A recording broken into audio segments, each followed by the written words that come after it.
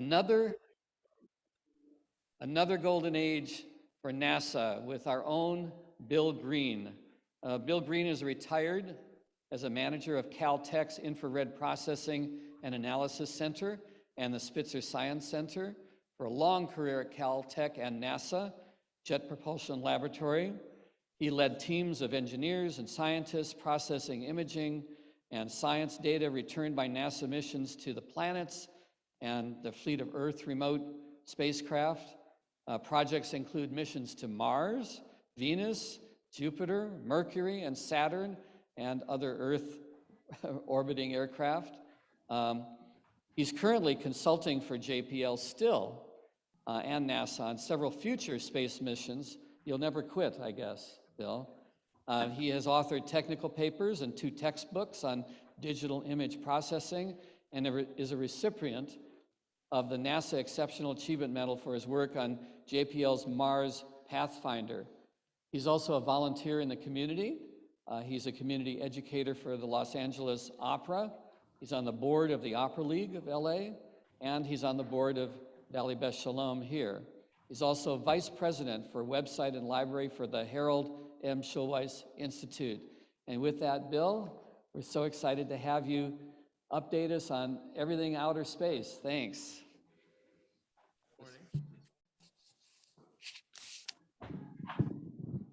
Good morning. I want to first thank the technical staff sitting at the back of the room for their patience and their diligence in trying to set us up for both Hazak in person and streaming what's going on in this room out through Zoom. Really appreciate everybody's effort back there. There's a lot going on, a lot of moving parts that you don't see from where you are, but it's been an interesting process. Okay, this morning I'm going to do a quick run through 4 different missions that NASA is operating at the moment, and we'll go through them all fairly quickly, but you'll be up to date by the time we're done this morning, and you better fasten your seatbelts.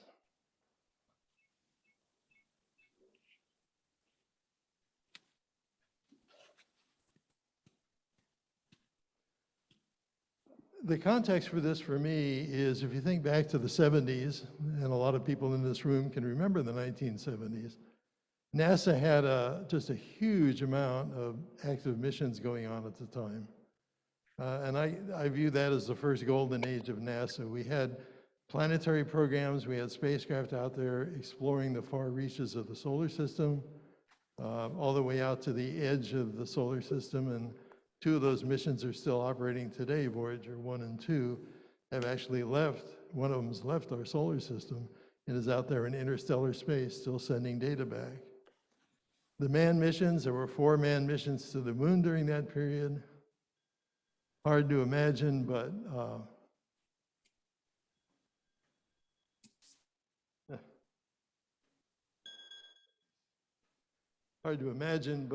we had a joint program with the Russians at the time where we patched together 2 of our spacecraft in orbit for a while, and we were still speaking to each other then.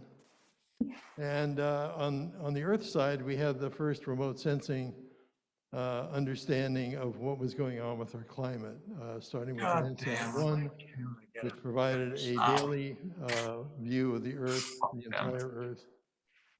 We had the first geosynchronous weather satellite. Those are now commonplace. And there was a project called CSAT-1, which was a radar system that mapped the height of the Earth's oceans every day. So that was what the 70s looked like, and it was quite a time. These are the 4 projects I'm going to talk about today. The Perseverance Rover, you guys know about that from the last talk I did. We'll look back on its first year on Mars. James Webb Space Telescope, an awesome telescope that was launched in December. I'll tell you where that is. It's in the middle of calibration, and it's going to return amazing data. You may not know it, but we're going back to the moon, and I'll tell you about a project called Artemis. It's about to launch its first major test in a month or 2. And I'll talk to you a little bit about the asteroid tracking mission that I'm currently consulting on with JPL, or NASA rather, to track any Earth-threatening asteroids that are out there in space that might visit us within the next 100 years. So that's our agenda this morning, and it's going to go by fast. This is, of course, the Perseverance Rover. You're all familiar with these pictures from the last time. Landed safely in February and had a little helicopter that's also been doing extraordinary stuff. Mission objectives are basically try and figure out from the history of Mars what happened to it from the geological history that this rover will help discover. It's landed in a very interesting area that you'll hear about in a minute for doing that kind of research. And of course, the ultimate question was there biological life as we know it on Mars at one time in its history, and is there still evidence of that there?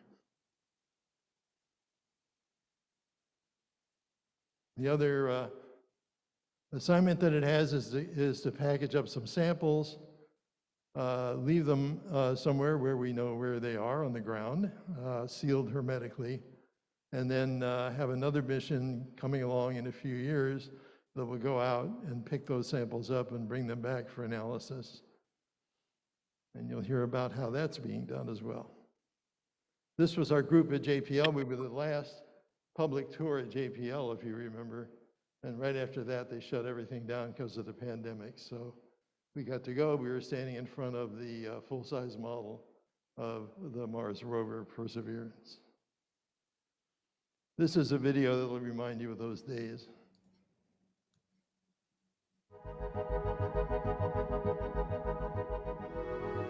Propulsion, go. EDL phase lead, go.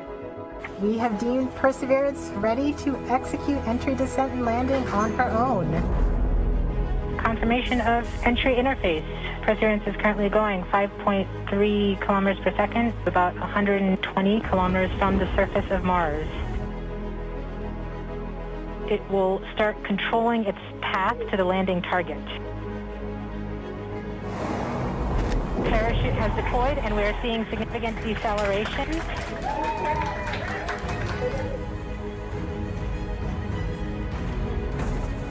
The heat shield has been separated.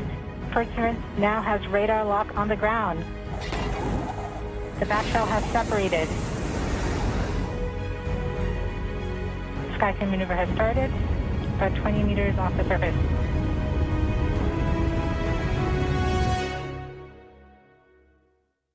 Tango Delta, nominal. Touchdown confirmed. Perseverance safely on the surface of Mars, ready to begin seeking the sands of past life.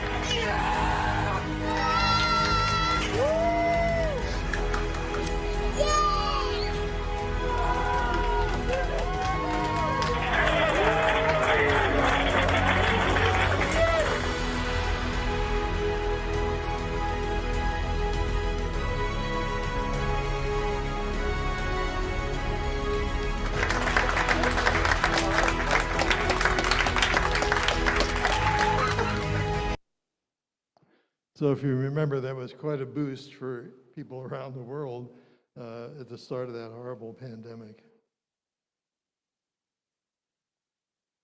A couple of technical challenges for this mission. NASA likes to set requirements for their space missions that are aggressive.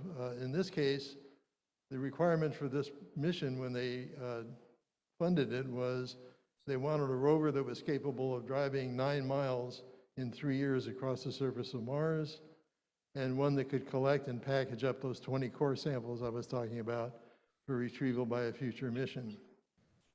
And the team's response was to develop software and a capability for the rover to pretty much control itself as it was traveling along to avoid obstacles and things that would get the rover in trouble.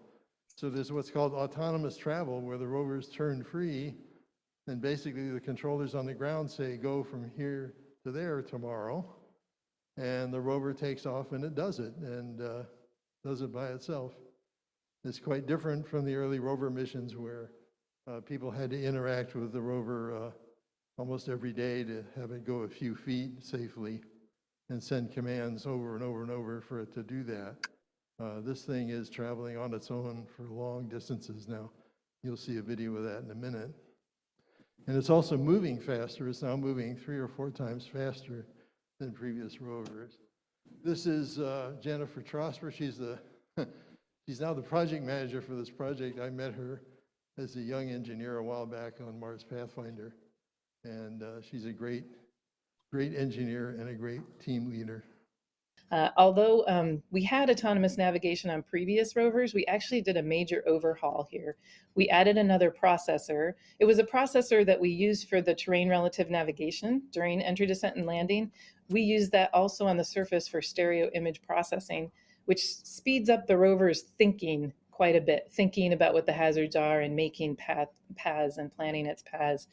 But then we also changed the algorithm itself. We had algorithms on previous rovers that were highly conservative. We wouldn't straddle a rock no matter the size. We just wouldn't let a rock go under the belly pan, things like that. So we changed the algorithm so that we were able to make more accurate maps and find more paths.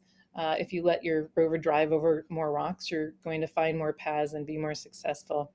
So go ahead and show the auto navigation video. Here's our first record-breaking auto navigation sol. This was Sol 200. This video loops, but what you're seeing are the images that the rover took during autonomous navigation to decide where to drive. This is sped up, but the total distance we drove on the Sol was 175 meters. Most of that was autonomous driving. So what we've been able to do so far on Perseverance is drive about 100 meters per hour. And if you compare that to previous missions, the fastest we were ever able to go on Curiosity or Opportunity was less than 25 meters per hour. So we've quadrupled our rate of traverse when we're in this autonomous mode on Mars. Okay, their next challenge was to get those 20 samples, package them up for retrieval by a future mission, and store them safely somewhere on the surface where people know where they are to go get them. And here's a video that shows how that was done. Again, an autonomous system that works without people sending commands back and forth for days. Basically, you tell the system, take a sample from this rock, and it does it. In terms of robots that go into space, the sampling and caching system on the Mars 2020 mission is the most complicated, most sophisticated thing that we know how to build. This is the system that allows us to take core samples of rocky material on the surface of Mars, carefully seal them in very sterile, clean vessels for eventual return to Earth. We've been working on the sampling and caching system for 7 years, and that's because it's a tough job. We're testing the equipment to make sure that it's going to work when we get to Mars. It has to function on its own. We have to think of all eventual possibilities and try them here first. And then if they don't work, change it now because we can't make any changes later. To drill into the rock on Mars, pull out intact core samples, seal them hermetically, and to be all done autonomously by a robot hanging off the end of a rover on the surface of Mars has been a challenge. We've got actually 3 robots necessary to do the sample and caching system. Our big robotic arm out on the front of the rover, that takes our drill, pushes it against the surface, and allows us to take core samples. Then we put that core sample in the bit carousel, the second robot that takes that from the robot arm and puts it down inside our adaptive caching system. This is the part of the sample and caching system inside the rover.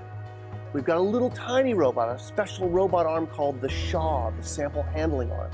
It takes the samples out of the bit carousel and moves them through volume assessment, image taking, and eventually to sealing, and then replaces the cylinder containing the sample in a storage spot, all on its own in the matter of a few hours. We have designs on bringing them back in a decade. Really amazing stuff. This is a video on why the particular area that was selected for Perseverance was selected by the science teams.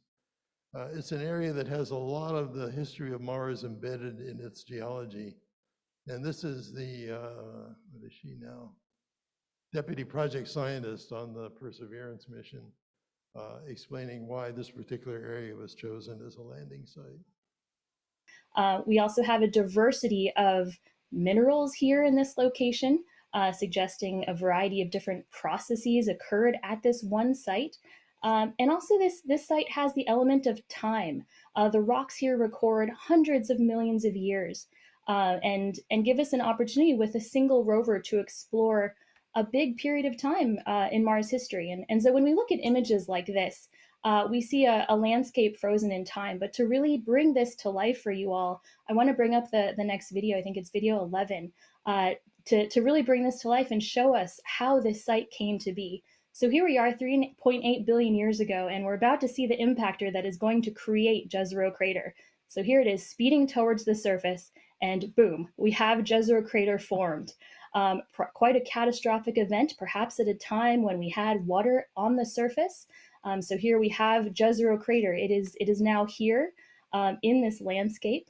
And what we see now is we know, based on what we see from orbit and now on the ground, that water rushed into this crater from at least a couple channels on the crater walls. And here we see it filling up. And we have conclusive evidence that this crater did indeed fill up all the way to the brim. And we know that it actually overflowed. And there aren't that many craters on Mars where we can say that. And so we know that there was water in this crater for geologically significant amounts of time. And here we see that outflow channel. And as we zoom in here, we're going to see over time, of course, that lake dried up. It disappeared. And eventually it leaves us with the fossil landscape that we have to explore with the So you can see why this is such an interesting area for the science teams to look at. You're going to ask me about the helicopter. You remember the helicopter from my previous talks. The hope was it would fly a couple times to prove you could fly something on Mars in that thin atmosphere. So it did better than a couple of times. As of March 1st, I think this was its track record, 20 flights. It's flown about 2 or 3 miles, 3 miles now. Altitude, highest altitude was 39 feet. And the fastest it's gone has been 11 miles an hour above the surface. So it's been a tremendous success. There have been, I think, 3 or 4 more flights since I had this table.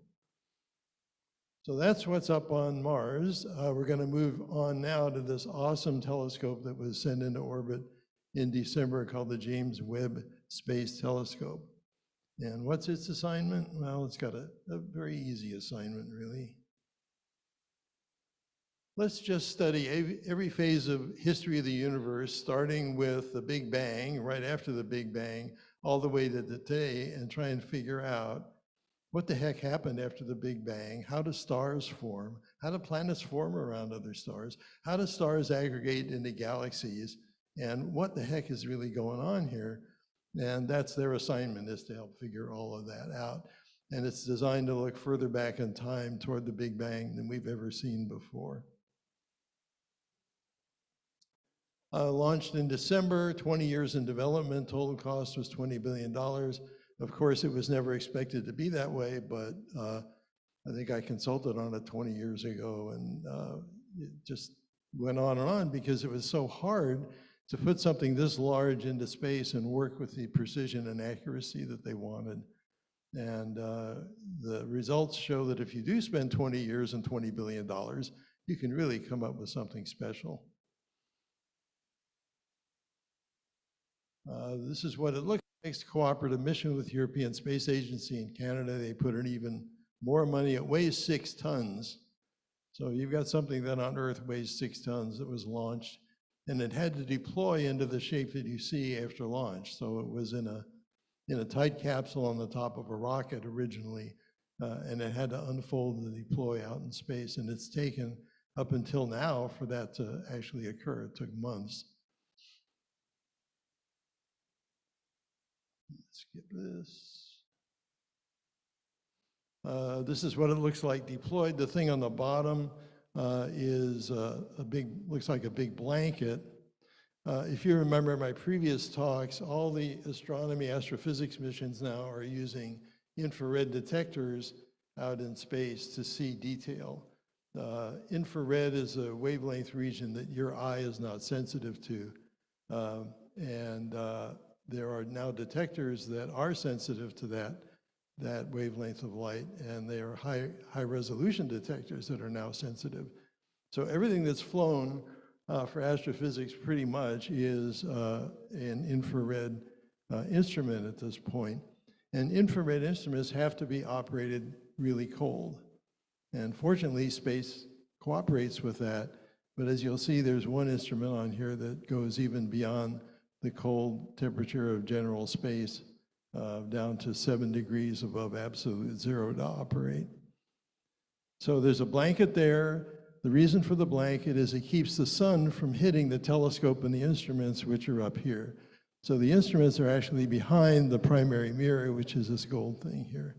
So the light comes in, hits the primary mirror, the light is reflected, the image is reflected into this secondary mirror, which then sends it through this hole back to the instruments that are located behind the main mirror. There's the main mirror. It's 21 feet across. Now, you've heard about Hubble. Hubble's been in orbit and it's been doing wonderful stuff for years. Its mirror compared to James Webb mirror is shown here. That mirror is deployed in segments, as you can see. Each segment is individually positioned in flight now to provide the optimal focus for the entire telescope.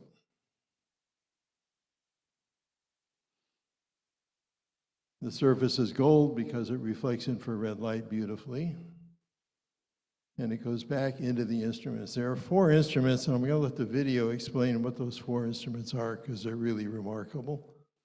The actual telescope is equipped with 4 tools. NIRCam is the telescope's primary imager in the near-infrared range.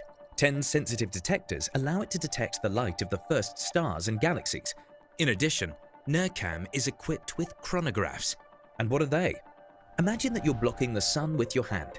By blocking the bright light, you can see the road ahead of you. A coronagraph follows a similar principle. This function will allow researchers to see more faintly lit stars, galaxies, and even take photos of exoplanets. But NIRCam cannot show us everything we need to know about the physical properties of a planet. Is there water? Air? Impossible to say. Therefore, another tool called NIRSpec will be working with the same range. By studying the spectrum of light emitted by an object, we can tell its mass, temperature, and chemical composition.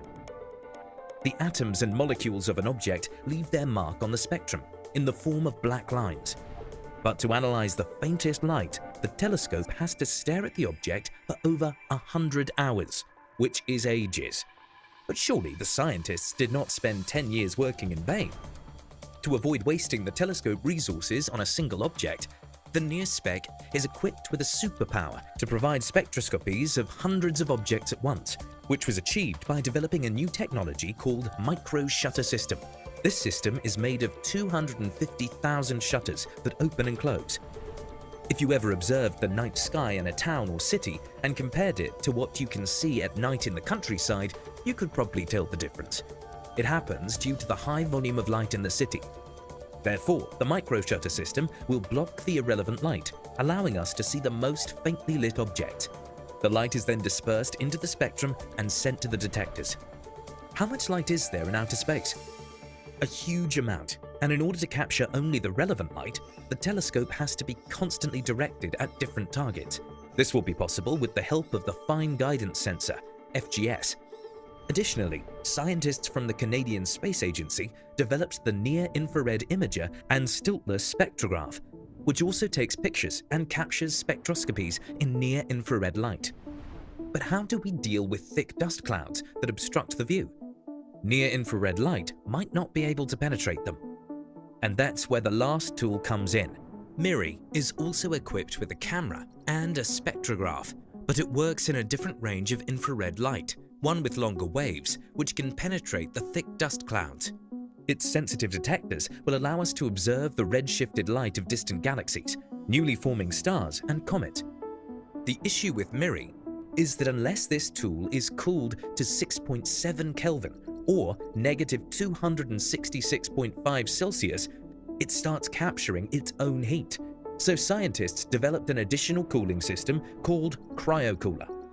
In essence, it's a sophisticated refrigerator in which helium will travel along pipes, cooling Miri to the right temperature as a result.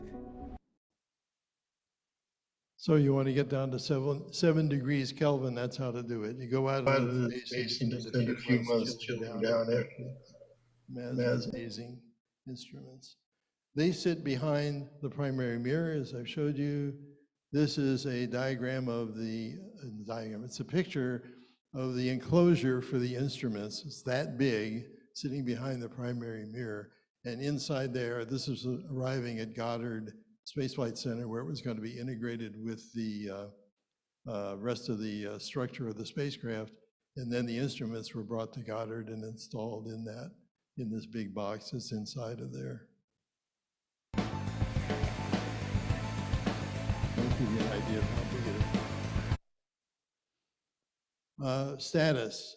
Basically, miraculously, that entire mirror deployed in space to its full 21-foot diameter perfectly.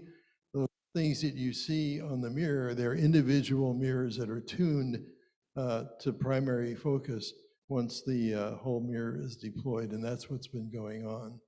So the first few months were spent in deploying the sun shield to keep the instruments cold, starting up the instruments to make sure they're functional, and deploying all the little petals that form the primary mirror that you saw. And how did that go? It went great. On the left, there's an image. Each individual mirror of the 18 mirrors was focused on a particular star, and that's what the dots are on the left. And then there's one of the mirrors that's looking right at the star at that particular moment. It's equipped with a camera to take selfies, if you can imagine. And then the mirrors are each tuned to be perfectly focused, and then the whole aggregate of 18 mirrors is sent to the secondary mirror and then reflected back into the instrument compartment behind the mirror. So that's where the images come from. This was the day that they announced that the telescope was perfectly aligned and the optics were just dynamite. We got together and looked at the very first diffraction limited images that came out of the Webb telescope. And what we collectively saw as a group is we have the highest resolution infrared images taken from space ever. So you think of it as a blob on a picture, but it is extremely high resolution. We have exceeded every expectation. The telescope has performed better than the models said it should. We've even achieved, we talk about resolution and wavefront quality. We've done better in those regards than we thought we would do, and we're just thrilled to death. And to get there, we went through a process. Well, we did the segment identification. I'm going to spare you the mathematical description this guy goes through at this point. So if you want to watch it at home to sleep some night when you're having trouble falling asleep, I suggest you watch it. Basically, this is an amazing picture for two reasons. Number one, it shows that the telescope and the mirror has been aligned perfectly to achieve this wonderful focus that they now have. And it's an exposure for 2,000 seconds.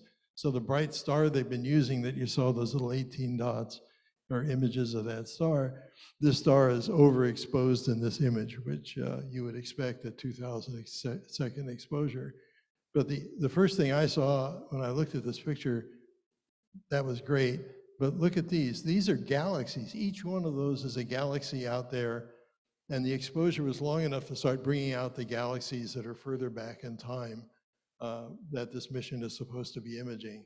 And this thing is going to be just extraordinary in what it delivers. I will finish the James Webb section by listening to Thomas Zurbuchen. He's the assistant head of NASA for science missions. He is a terrific leader. He is innovative. He is brilliant. I had the pleasure of working on a review board that reported to him a few years ago. And he gets excited about everything. And I just love the people involved explaining what's coming next. So.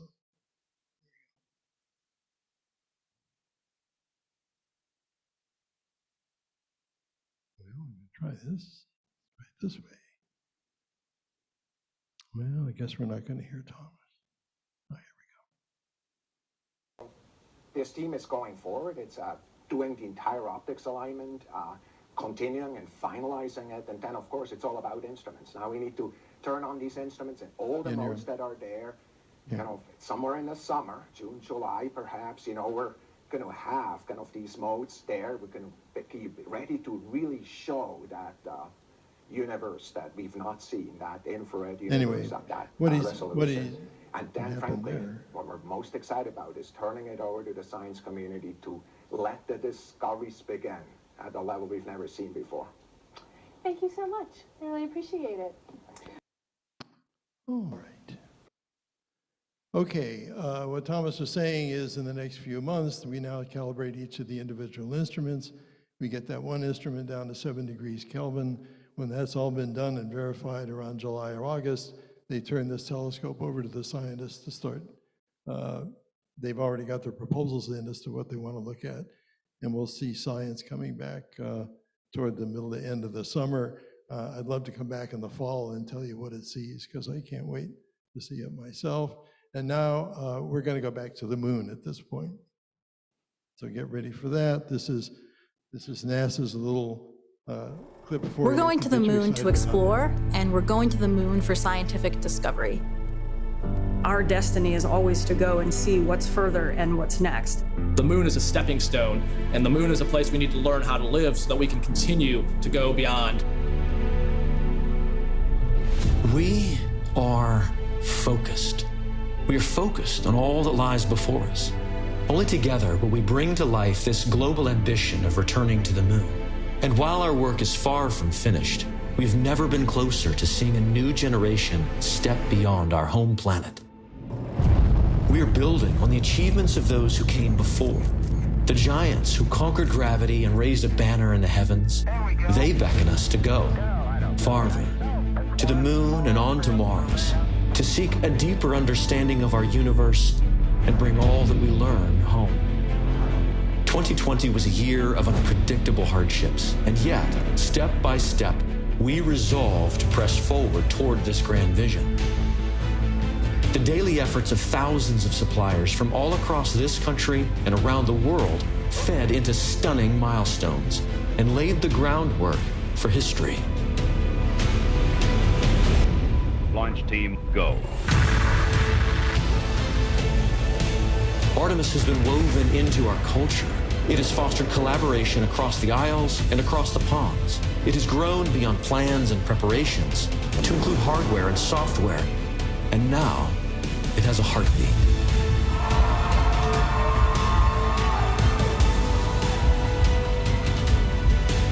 You can feel the momentum. It is undeniable. We are going. And together, we will see Artemis light the way. Our mission to the moon is no longer some far-fetched dream. This is reality. We are going. This is the next step in evolution. They're not just PowerPoint slides. They're actually metals being bent, shaped, formed to build the things that we're going to use. This is real. This is going to happen. We're going. We are going to the moon to learn how to live on other planets for the benefit of all. Let's go. Okay, just curious, how many of you knew this project was going on? Yeah, Joel did. Yeah, it's interesting how little visibility this project has gotten so far, but it's going to get some starting now. There are several components to this project. It's getting gabillions of money thrown at it at the moment.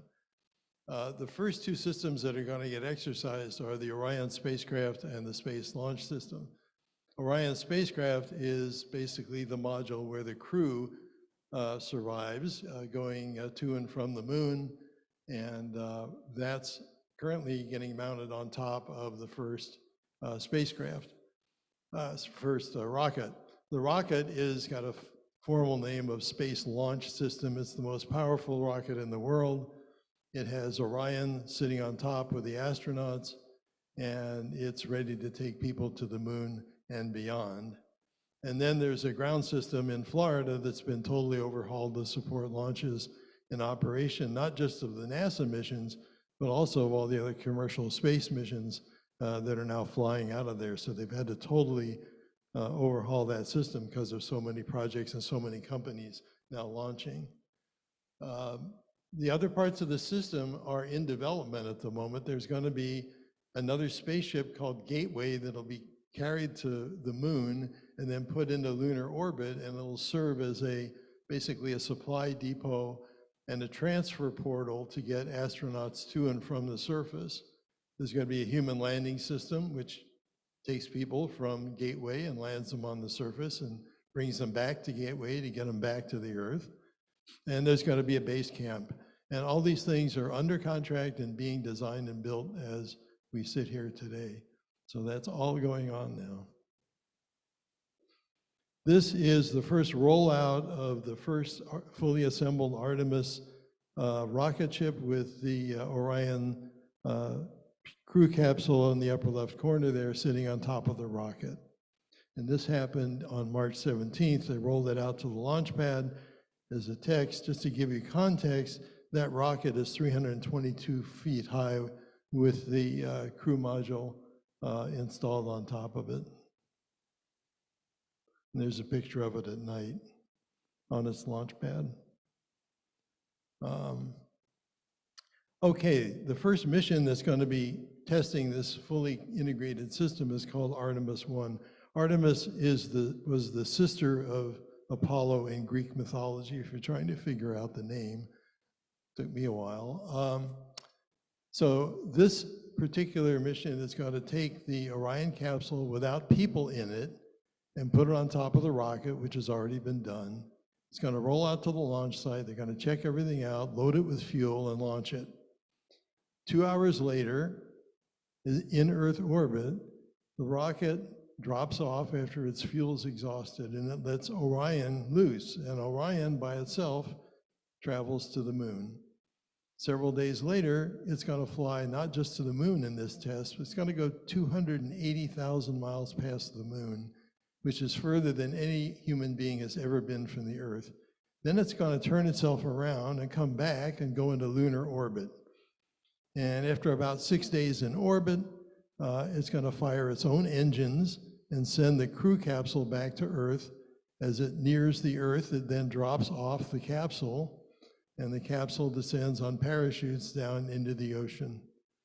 So that's one mission, 4 to 6 weeks. That's test number 1 for this integrated system. So it's challenging. That will be within the next couple of months. Where they're at is they've done the rollout and the fueling of the rocket all the way down to 10 seconds before launch as an exercise. Then they drain the fuel and they come back to the barn and they fix whatever they found they had to fix, which is at least one thing that they found. And then they go back out and they do it for real. So it's going to take probably a month or two to unscramble that from where they are. But sometime in the next month, 2 months, 3 months, you're going to hear about it.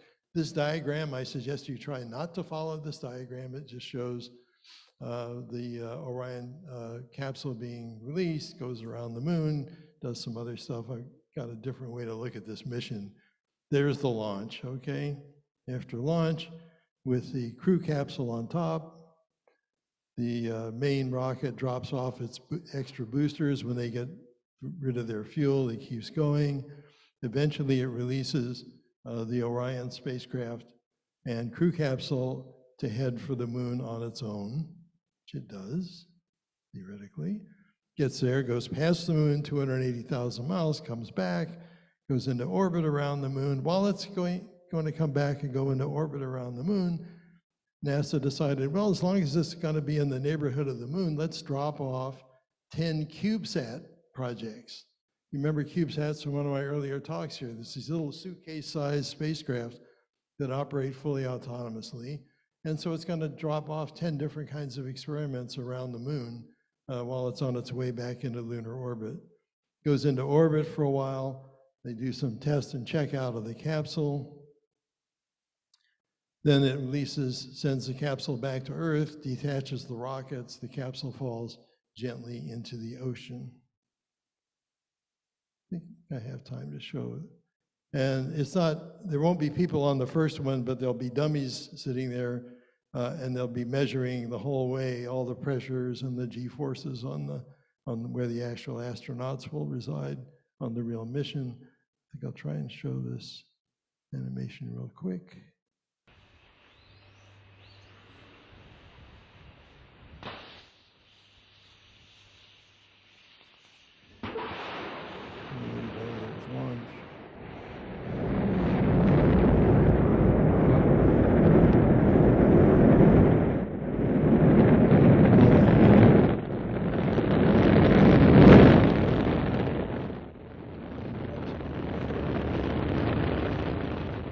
That top pointy thing is an escape system if the launch vehicle failed, so the crew can be saved. It goes away.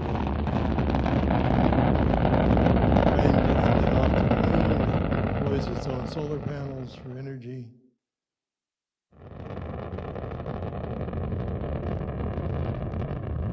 And it goes off happily into space. It's back.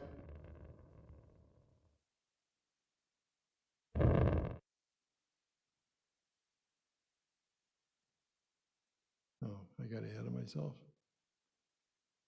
No, it's going to the moon. No, it's going past the moon. Going back to the moon.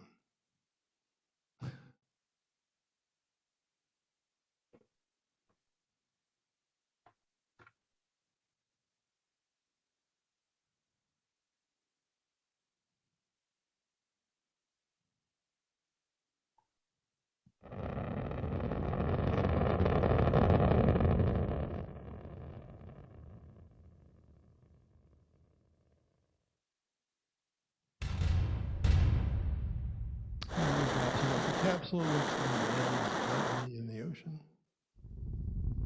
And there's the atmosphere. And then there's stuff from all the old lunar program.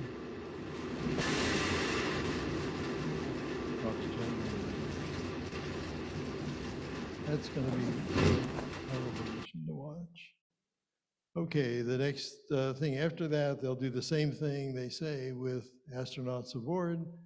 And then the next mission after that, we'll have the other spacecraft in orbit around the moon and send astronauts down to the surface and get them back home. So that's roughly around 2025, maybe, if all this other stuff works. And I'm going to finish with a little talk about the Near-Earth Object Surveyor mission, which is the one I'm currently on the NASA review board for. Congress, in its wisdom, passed a measure that says NASA, when it became aware there were asteroids out there that might damage the Earth significantly, so they gave NASA a mission to go find all of them and see if any of these thousands and thousands of asteroids out there are going to hit the Earth, and are they big enough to really cause some serious damage and cause what caused the dinosaurs to die many years ago. So Congress, in its wisdom, passed a directive to NASA. They then proceeded not to fund it. And eventually a mission got formed, and eventually, thank goodness, it finally got funded, and it's in development right now. And what it's going to do is it's going to send another infrared camera out into space to track for 5 years to find all the Earth-threatening large asteroids that may, in fact, be the same place the Earth is at some time in the next 100 years or so. So that's what Congress wants NASA to do. How's it going to do it? Well, it turns out astronomers discovered, 8, 10, 12 years ago, with some of the infrared survey missions that were being flown at that time to characterize all the objects in the visible universe in infrared. They discovered, as they were looking at their data, that occasionally they would see the same spot of light appear in a linear track like that. And it turned out that's how you detect asteroids. You take pictures of the same part of space over and over and over again, The stars are, pretty much fixed. I mean, they're really moving as we know, but I mean, in terms of looking at the night sky, those stars are pretty fixed. And all of a sudden, if you see something that's moving and you see it in 4 different places, you know it's moving. If you can get 4 detections, then you can compute its orbit, and you can tell what its orbit around the sun is. And then you can look at the Earth's orbit and see if those two ever intersect at some point in the future. So that's how you play this game. And this mission is designed to detect the tracks of all the thousands and thousands of asteroids that are out there and see which ones threaten the Earth. It's 2 different spectral bands of infrared, and that will allow them to tell roughly what the size of the asteroid is and roughly what its composition is. If it's a heavy metallic asteroid, it's more to worry about than if it's a kind of a bunch of muddy rock kind of stuck together in space. So that's what this mission's supposed to do. On the left, I don't expect you to be able to read this, but on the left, there's a tank. There's a big tank where the instrument resides. It's an infrared camera, so it's kept cold in there, not 7 degrees Kelvin, but around 200 or 250 Kelvin. And it's cold enough to detect the asteroid motion. And on the right is the spacecraft with its housing, and the camera is inside of there, where it says aperture cover that gets thrown off after launch so that the telescope and the optics can view the stars in the background.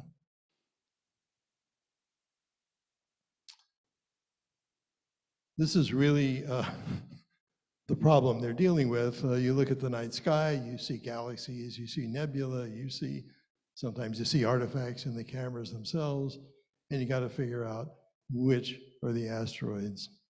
And so by using this method that I showed you, here's a bunch of asteroid tracks across the same star field.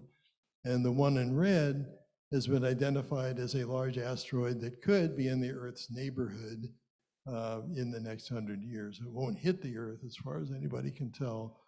But once you see that, then you take more observations to refine the orbit so you know exactly where it's going to be and when, compared to where the Earth is going to be and when. So that's kind of how this mission is going to proceed. These things, all these white and red traces are called tracklets. That means that the orbit of the asteroid is known around the sun. We know where it's going to be at any point in time. That goes to a place called the Minor Planet Center at Harvard-Smithsonian in Boston, and they verify the tracks, and then they publish them for the whole world to see.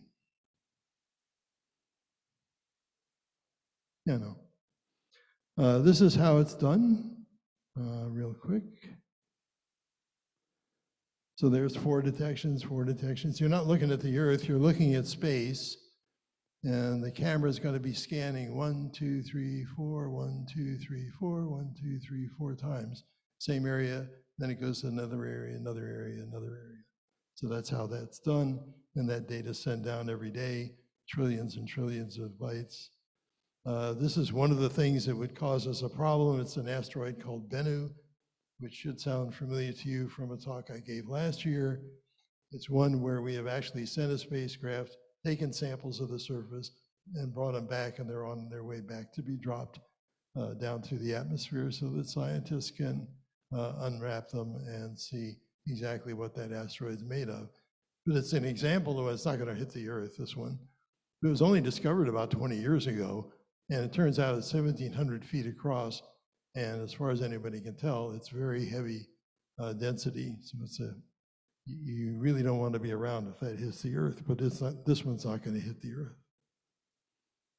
And quickly, I'm going to update you on a mission called Psyche, which is designed to launch this summer. It's going to go all the way out near Jupiter, and it's going to take a look at what we know is a metallic asteroid and orbit it for quite a while to get information about that metallic asteroid.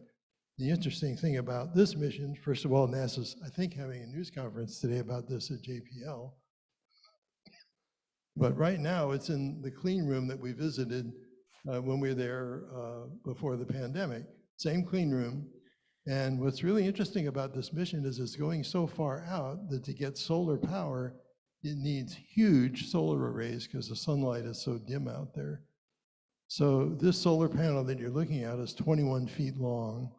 It's the biggest one ever attached to a spacecraft in space. It'll be obviously deployed after launch, but it has two of these things. There'll be another one of these on the other side of the spacecraft, and it's being integrated and tested at that clean room at JPL we saw, and then it'll be packed up and shipped for assembly and launch a little bit later this summer. So you'll hear about that. You may hear about that in the news tonight because they are having a press conference today there. And finally, the Biden administration has sent its budget proposal to Congress. Perseverance obviously is going to get funded for another year. Why not? The sample return mission, which is a partner with the Europeans, has had an independent review board look at it, and they've said, boy, for the money you've got between the Europeans and us and the timescale you're on, you ain't going to make it. And to get those samples back, you're not going to be able to do a mission for that kind of money on that timescale. So they're going to delay it. And they also said, you know, this is a pretty risky thing. You only have one thing that's going to land and retrieve the samples and bring them back, and you're putting all your eggs in one basket. Literally, the eggs are on the surface. So they told them they want 2 landers in the project as well. So it's going to delay it to get to the surface no earlier than 2033. James Webb Telescope obviously is going to get funded for its operations. Artemis is just sucking up money like I can't believe, and every congressman worth their salt is making sure some of it gets into their district. And as a result of all of that, the asteroid survey mission in the administration's budget gets its funding stretched out and rephased and launch delayed 2 years to 2028. And there's another big telescope that will succeed James Webb, and that one's proposed to delay it at least another year to launch 2027, which will be toward the end of James Webb operations. So the games begin in Congress and go on forever.